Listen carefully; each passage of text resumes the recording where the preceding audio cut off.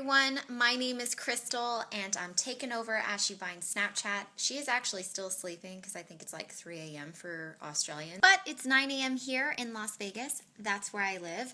And I'm so excited to share a few snaps with you all. So before we begin, just a little background information about me. My name is Crystal. I'm the founder of theladiescoach.com and also a relationship coach for women. Relationships to me are more than just intimate. So a lot of you shared some concerns with communication, which is the topic we're going to be talking about. But it's important for all of us to understand that you don't have to be in an intimate relationship to get something out of today's talk, because relationships to me is life. And life is all about relating, how you relate to yourself, how you relate to others, and communication is a big part of that, right? Because if we don't know how to communicate effectively, which is how you relay information, how you connect, how you express, then so often there's going to be a break in trust, right? Because how you relate to another person is how you also trust. We need to get clear about our communication styles because so often when we're in an intimate relationship and there's a break in the communication, both people start to feel distant. And when we feel distant,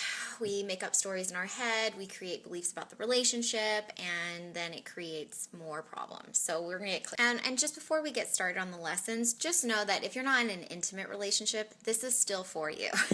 Communication is something that we all kind of need to master a little bit, like a lot of it, in order to have fulfilling lives. So this is useful to everyone.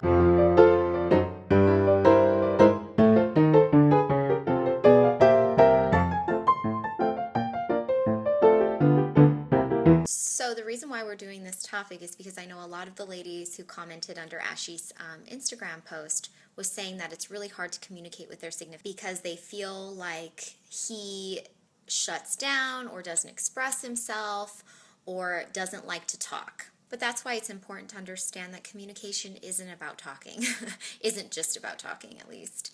There's so many other ways to communicate and build rapport.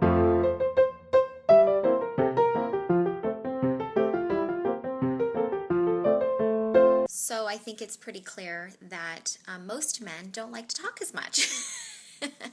So there has to be other ways, right? Not only are our styles of communication different between men and women, but also the reasons why we communicate are different. I'm going to go into the reasons in a second, but I think it's really important that we're not confined to gender roles. That's not what I'm trying to do. This is more defining the masculine and feminine energies, kind of getting more clear about what the difference is between these beautiful energies. Not so much for us to get, stuck on this is how men are and this is how women are. That's not what I'm trying to do. I think it's just easier for me to explain. So even if you're in a same-sex relationship, these concepts still apply depending on, the masculine and feminine energy in the relationship. And the truth is we all have both masculine and feminine qualities about ourselves. It's just where's your central location at? But that's a whole other conversation for another day. I'm straying off topic. Okay, so we're going to go into the differences between the feminine communication style and the masculine.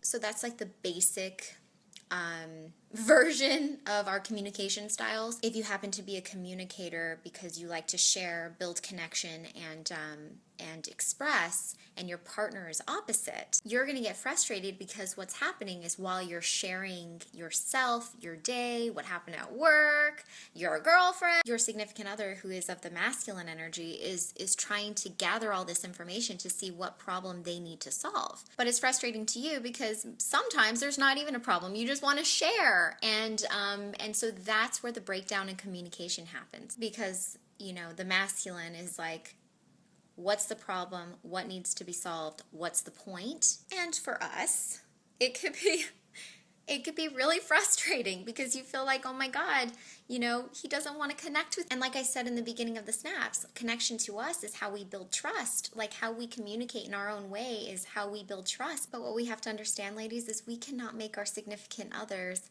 our girlfriends. It's easy to connect and get all we need from our girlfriends, but we also expect our significant others to do the same thing. So The breakdown in communication is when both partners expect each other to exist the way they exist and to express the way they express, which keeps both partners feeling defeated because the woman will feel like what she has to say and how she expresses doesn't matter and it's not getting through to her man, and he's going to feel like he's useless and he's making his woman feel unhappy and that he can't solve this problem. And to a being who is made to solve problems and to find a solution can't make his woman happy, he will feel like a failure, and that's when he starts kind of disconnecting even more. If you're at a point where you guys are starting to drift and feeling frustrated, is to think of these two A's.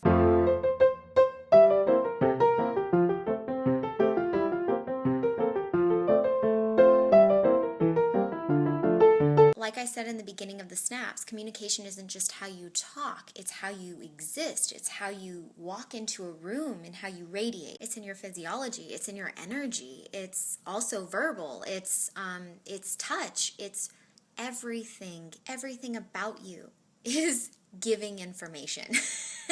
And that's what communication is. How many times have we been scolded by our parents and they give us one look and it said 1,000 words?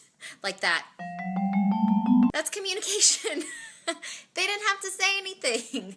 And so what I encourage all of my ladies to do is really think outside and see if you can find ways that your partner was trying to communicate with you, but you just weren't receiving it. And how can you affirm him or her for who they are and really encourage a new way of communicating. Here's another thing. When you're having deep relationship talks, don't just have those kinds of talks when shit hits the fan. The best time to ask for what, because it's important, right? You want to ask for what you want, but the best time to do it is when you guys are open, when you guys are at lunch and you guys are giggling and laughing and really being playful. Those are the times and opportunities where you can ask, what is it that you need from me? How can I show up during stressful times for you? In what ways do you feel most loved by me? Let's talk about intimacy. Let's see what we both need, what we both want to feel. Those are discussions that you constantly want to have, but not necessarily when you hate life and you actually don't like your significant other. It's probably not the best time. So in the meantime, find ways to put aside your ego and see how you can open up your relationship. And that's why the double A's matter. So every day, shifting the way you exist by affirming and appreciating. Because when you feel that and you focus on the things that they bring to your life, everything about you opens up and you become more vulnerable and you're going to see and receive things way differently. Does that help? I hope so. I went on for 5 hours. Anyways, I really appreciate the time you gave me this morning. Also, I have a couple of resources that I think would help with this topic and just with relationships. So screenshot the next snap.